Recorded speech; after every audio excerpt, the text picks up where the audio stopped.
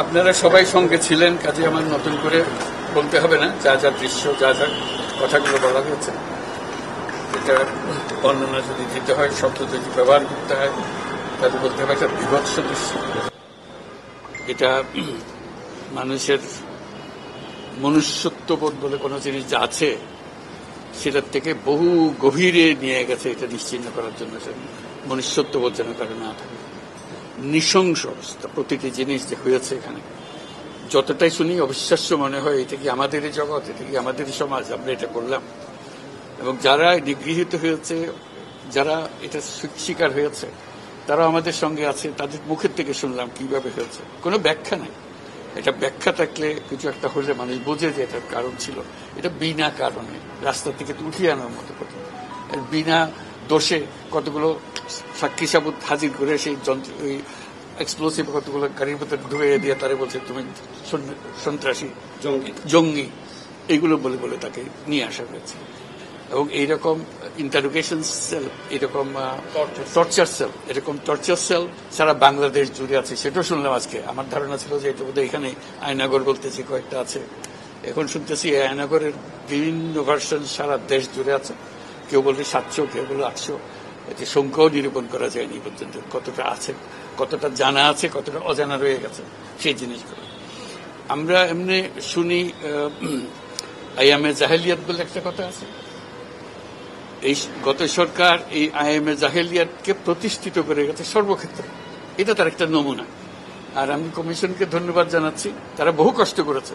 অন্যান্য কমিশন তো তারা করেছে, অন্তত তারা নিজেদের ঘরে বসে করতে পেরেছে। এদেরকে গুম কমিশনের যেটা, তারা কোদালা এগুলো আবিষ্কার করার জন্য আসতে হয়েছে, তাদেরকে বের করার জন্য। কিসের মধ্যে লুকিয়েছিল, কারা কি করেছে, এখনো ধ্বংসাবশেষ আমরা দেখতেছি।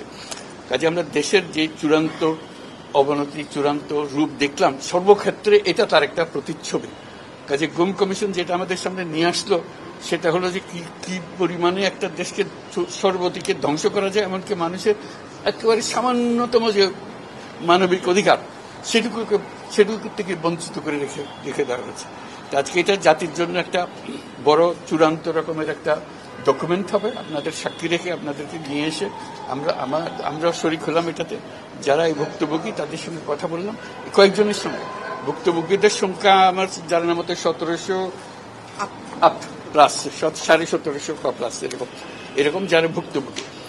অজানা কত এটা তো আমরা আর জানি না। কেউ বলে যে এটা 3000-এরও বেশি হবে। কাজে সেটাও আমরা ধরে নিলাম যে একটা সীমারেখা দরকার, যেটা আমরা অজানা, এটা কেউ প্রমাণ দিতে পারেনি। এই যে উদাও হয়ে গেছে, মানুষ নিশ্চিহ্ন হয়ে গেছে, কেউ বলতে পারছে না সে কোথায়। তার মেয়ে আপনাদের সামনেই ছিল আজকে, যে বলছে আমার মাকে কোথায় নিয়ে যাওয়া হয়েছে। আজ 9 বছর ধরে, 9 বছর ধরে আমরা আর খোঁজ পাইনি। সে নিজেও ছিল, 11 বছর বয়সে ছিল, সে মায়ের সঙ্গে ছিল, তাকে রেখে মাকে নিয়ে চলে গেছে। এই হলো সামান্য একটা দৃশ্য।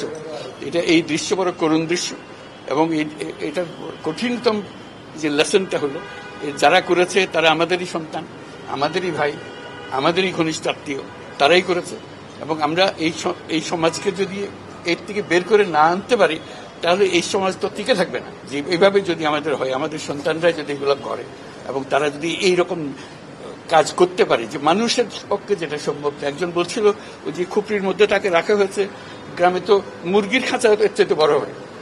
এরকম অবস্থা, মুরগিও নড়াচড়ার যেরকম জায়গা পায় না, ওরও নড়াচড়ার কোনো জায়গা নেই। ওকে ব্যবস্থা রাখা হয়েছে, মাসের পর মাস, বছরের পর বছর তাকে ব্যবস্থা রাখা হয়েছে। এটা মানুষের সামনে এখন বিচার রইল, কিভাবে আমরা আবার নতুন করে সমাজ গড়তে পারি, যাতে করে আমরা এই যে এটা আমাদের সবারই অপরাধ, যেটা হতে দিয়েছি আমরা দেশে। আজকে আমরা মুক্ত হলাম, সে মুক্ত বাংলাদেশে আমরা যেন নতুন করে আবার সমাজ গড়তে পারি। এটার থেকে একেবারে অতি দূরে যেন আমরা চলে যেতে পারি। এটার নমুনা, এটার সাক্ষী, এটার যে ডকুমেন্টেশন গুম কমিশনের রিপোর্টের মধ্যে থাকবে, এবং এটা অবশ্য পাঠ্য হিসেবে সবাইকে পড়তে হবে, এবং তাদের যারা করেছে তাদের বিচার করতে হবে। তা না হলে আমরা নিষ্কৃতি পাবো না এটার থেকে। এই যে কাজগুলো করে গেল তারা, তা না হলে আমরা আবার মুক্তভাবে বলবো কি করে যে আমরা এই দেশের মানুষ, আমরা পরিষ্কার। যারা করেছে তাদের জন্য আমরা কেন মুক্তভোগী হতে যাব? তাদেরকে সে বিচার করবো, জনসাধারণ বলবো যে হ্যাঁ এটা উচিত বিচার হয়েছে, তখন আমরা এটার থেকে মুক্তি পাবো। সেটাই হলো আমাদের আবেদন দেশের সবার কাছে, এই বিচারটা যেন আমরা করে ফেলতে পারি। এইগুলো সব এভিডেন্স যা যা আমরা দেখলাম, এভিডেন্স গুলো সিলগালা করে রাখা হবে যাতে করে কেউ বিনষ্ট করতে না পারে, যখন বিচারের কাছে এটা প্রমাণ হিসেবে ব্যবহার করতে পারে, সেই হিসেবে আমরা থাকি। ক্ষতিপূরণ হিসেবে আমরা দেখি না, আমরা দেখছি যে ন্যায় বিচারটা তার জন্য হয় অতি তাড়াতাড়ি হয়, যে বিচার দীর্ঘসূত্রিতায় করে থাকবে সেই জন্য এটা থেকে নিষ্কৃতি পায়, এটা আমাদের ফার্স্ট প্রেফারেন্স। তারপর দেখা যাবে তাদের কি করা যেতে পারে। তার জীবনটা ফিরিয়ে দিতে পারবো না যে জীবনের মাধ্যমে সে গেছে, অন্তত দেখলে মনে সান্ত্বনা হবে। আমি জায়গাটা দেখে এসেছি। ওই মেয়েটা যে বাচ্চা মেয়ে যে বলতেছেন আমার মাকে আর দেখতে পেলাম না, কোথায় চলে গেল, আজ পর্যন্ত কেউ খবর দিতে পারলো না সে বেঁচে আছে না মরে গেছে, মরে গেলে কোথায় আছে। The whole existence of this government is because of this, that we don't want to stay in that darkness that has been created around us. So we want to create a new environment, new, as we say, new Bangladesh, as the students have been claiming all the time. So that led to the reform commissions. One of them is this disappearance commission, which led us to see this thing. If we didn't have that commission, probably it will be just a storytelling. Nobody will believe, somebody will say yes, somebody will say no. Now they have concrete proof, and now they will go to the justice. So this is one step. And then what happens to the rest of the institutions?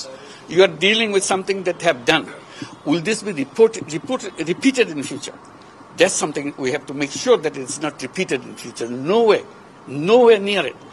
This is the worst ever in the whole world possible. So we don't want to have anything to do with it.